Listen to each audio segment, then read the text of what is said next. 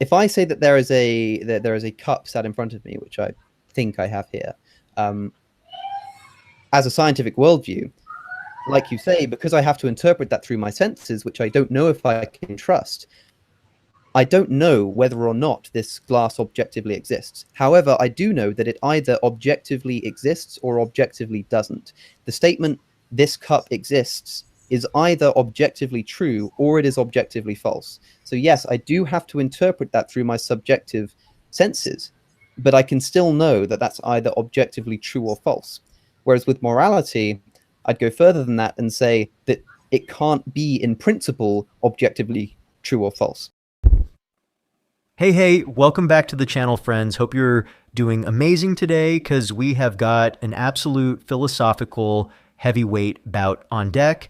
We've got Alex O'Connor, better known as Cosmic Skeptic, sitting down with Christian apologist Michael from Inspiring Philosophy, and they are going head-to-head on the moral argument for God. Can morality actually be objective without a divine grounding? Alex says no, and he brings receipts that hit harder than most apologists are ready for. Trust me, you are going to want to stick around all the way through because the cup analogy alone is one of the cleanest philosophical knockouts I've seen in a debate this year, and you don't want to miss how it lands. Before we get rolling, drop a comment letting me know what part of the world you're tuning in from. I genuinely love seeing how far this channel reaches every single week. All right, enough setup. Let's get straight into it.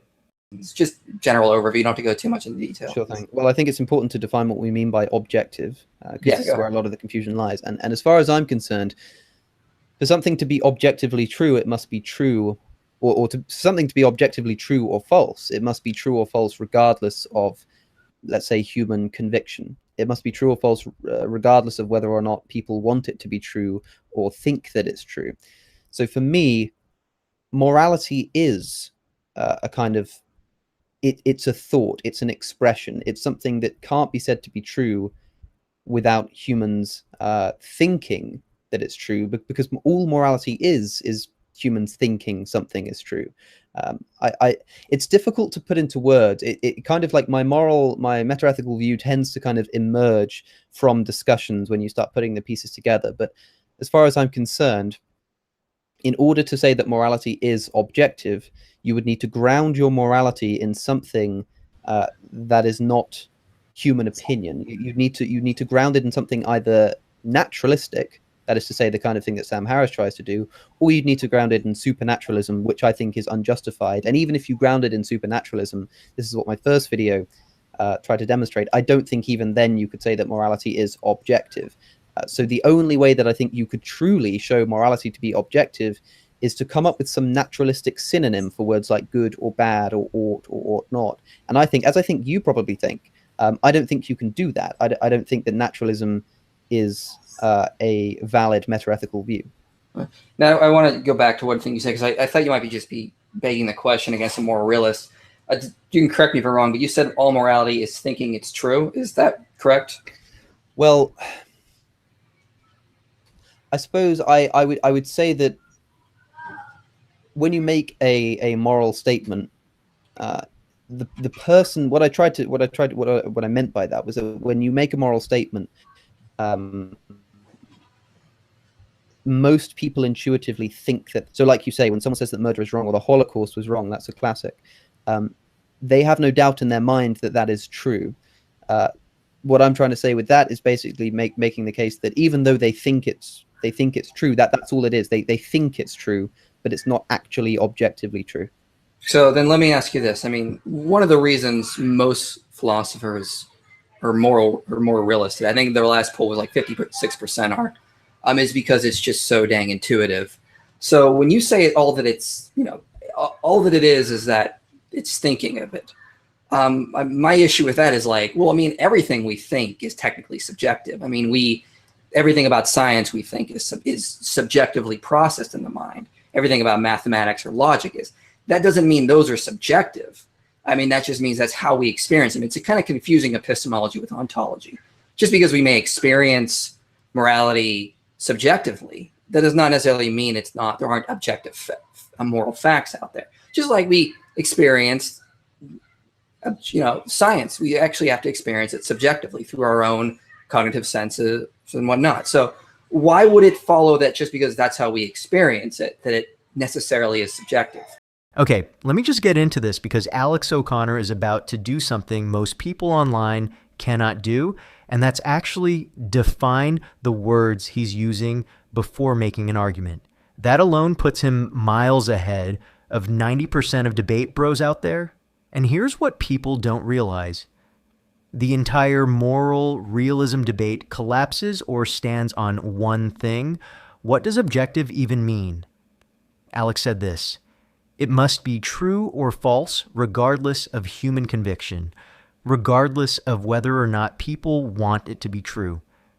That is the cleanest definition you will hear from anyone on this topic, because the moment you accept that definition, you have to ask yourself, can morality actually meet that bar? And spoiler, it can't. This is the part that blows my mind. Alex then said, in order to say that morality is objective, you would need to ground your morality in something that is not human opinion. This is the exact corner every moral realist gets backed into, and they never escape it. They want morality to feel cosmic. They want it to feel like a law of physics. But the moment you ask them to point to where it lives outside of human minds, they go silent or they invoke something even more unprovable. And then Michael does the classic apologist move. He fires back with this: everything we think is technically subjective. Everything about science we think is subjectively processed in the mind. You have to understand what's happening here. He's trying to flatten the playing field. He's saying, hey, if science is processed subjectively, then morality being processed subjectively shouldn't disqualify it from being objective either. It sounds clever for like 2 seconds, but Alex didn't even flinch, because there's a massive difference between how we experience truth and what the truth actually is. Confusing those two things is one of the oldest tricks in philosophy. It's like saying, because I see the color red through my eyes, red doesn't actually exist as a wavelength. That's not how reality works. Well, I think that if you are going to be technical about it, then you have to accept that things like science or the scientific method ultimately do rely on our subjective experience of existence. But the way that I would get around that is as follows. I would subscribe. So I subscribe to that notion that we have to kind of begrudgingly accept the fact that I can never really know whether or not I'm really having this conversation, whether or not you two are really speaking to me, or whether I'm just a brain being stimulated in a lab. So that's a problem, but I don't think that necessarily closes down the debate, because I can say things. For instance, I subscribe to Descartes' notion, I think therefore I am. I think it's fair to say that in order to even be under the illusion that I'm here having this conversation, I need to exist in some form. So to me, that says that existence is a thing. Existence exists, if you know what I mean. So yeah, there is such thing as existence. Now, if I say that there is a cup sat in front of me, which I think I have here, as a scientific worldview, like you say, because I have to interpret that through my senses, which I don't know if I can trust, I don't know whether or not this glass objectively exists. However, I do know that it either objectively exists or objectively doesn't. The statement, this cup exists, is either objectively true or it is objectively false. So yes, I do have to interpret that through my subjective senses, but I can still know that that's either objectively true or false. Whereas with morality, I'd go further than that and say that it can't be in principle objectively true or false. So it doesn't matter to me necessarily the process by which we're coming to the conclusion. Rather, I'm just saying that the conclusion has to be either that the cup does exist or doesn't exist. And we may never be able to know that, but we know that it still lies within the realm of objectivity. That statement, the cup exists, lies within the realm of objectivity because it either objectively exists or doesn't. Whereas morality doesn't do that. So yes, we have to interpret both because, well, I suppose I'd have to ask your case. I'd have to say, let's put it this way. As of yet, I'm unconvinced that it does. So I'd like to know let's say, why you think that it could reside in the realm of objectivity, and then I could tell you why I find that unconvincing. That's about as far as I could go. Okay, yeah, I've been asking you questions for a while. I can kind of present my case here. So basically the main reason that someone like Thomas Nagel or Kai Nelson would say that moral realism is most likely true is how the moral duties and values would manifest in moral actions or in reality itself. So like, take, for example, another normative ought. Like, we ought to be intelligent. This right here. This is the moment everything changes. Alex pulls out one of the cleanest philosophical demonstrations you will ever hear, and it absolutely dismantles the comparison Michael was trying to build. Alex said this: if I say there is a cup sat in front of me, I don't know whether or not this glass objectively exists. However, I do know that it either objectively exists or objectively doesn't. Just sit with that for a second, because what he's doing is brilliant. He's granting Michael the entire epistemological problem. Yes, we experience everything through subjective senses. Fine, take it. But the cup either exists or it doesn't. There is a binary answer waiting in reality whether we can access it or not. And then comes the kill shot. Alex said, with morality, I'd go further than that and say that it can't be in principle objectively true or false. Do you see what just happened? He didn't say we can't access moral truth. He said moral truth as a category doesn't even live in the realm where true and false apply. That's not a small distinction. That's a foundation-cracking distinction. This is what separates Alex from a lot of internet atheists. He's not saying, I don't believe in morality. He's saying the grammar of moral claims doesn't map onto the grammar of factual claims. Should statements and is statements are different species of sentence. And Michael's response, he goes back to Thomas Nagel and Kai Nielsen, saying moral duties and values manifest in moral actions or in reality itself. Let me break down why that doesn't work. Because manifesting in human behavior is not the same as existing independently of human behavior. Humans manifest fashion trends. Humans manifest preferences for spicy food. Manifestation in behavior proves the behavior exists, not that some cosmic moral law is causing it.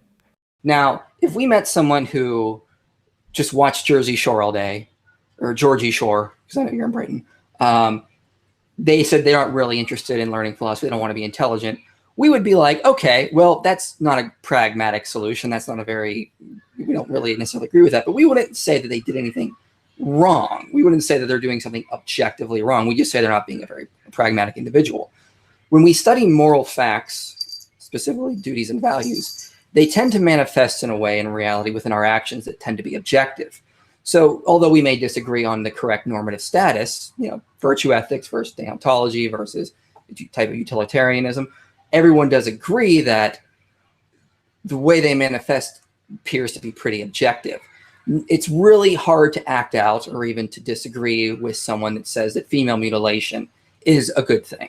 If someone says that, we would be like, no, it isn't. I mean, that's clearly something we would want to debate. So moral facts tend to manifest in reality the same way logical facts tend to manifest. They're objective, independent, even if we may not agree, if someone may disagree or may think something else.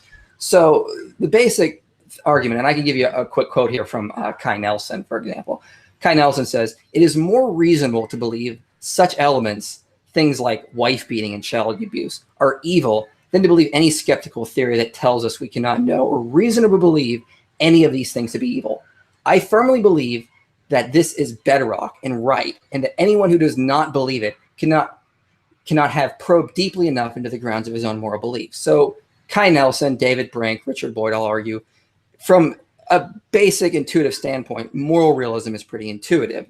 If we're going to apply the principle of credulity, we have to accept that it is at least our intuitive starting point. This seems to be the case as we act in reality, as things manifest in moral experience or through things like moral progress. So if that's the case, the skeptic has to mount an argument against how I don't want to use the word naturally, how they basically just simply appear within reality, how they tend to manifest between moral agents. So what would be a good skeptical argument for doubting our basic intuitive starting point?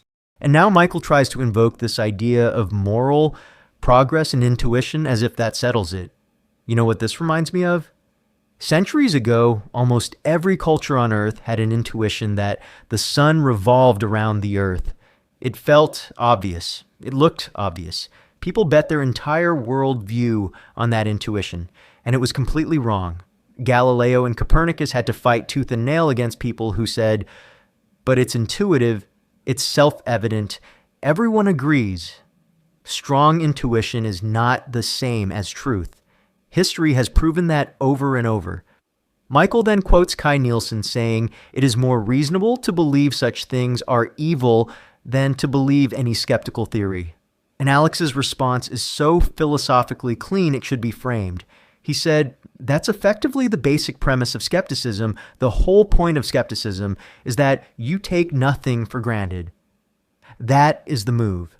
Because what Michael is essentially doing is saying, my intuition is so strong, I refuse to question it, and you should also refuse to question yours.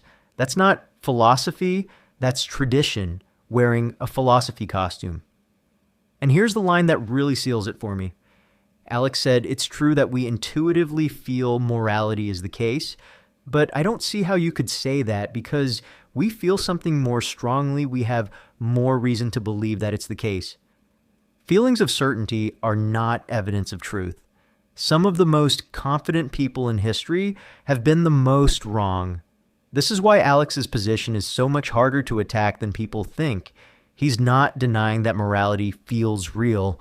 He's not denying we should act morally. He's pointing out a precise logical gap that moral realists keep papering over with passion instead of arguments. So what do you guys think of this? Leave your thoughts down in the comments. Please like and subscribe, and I will see you in the next video.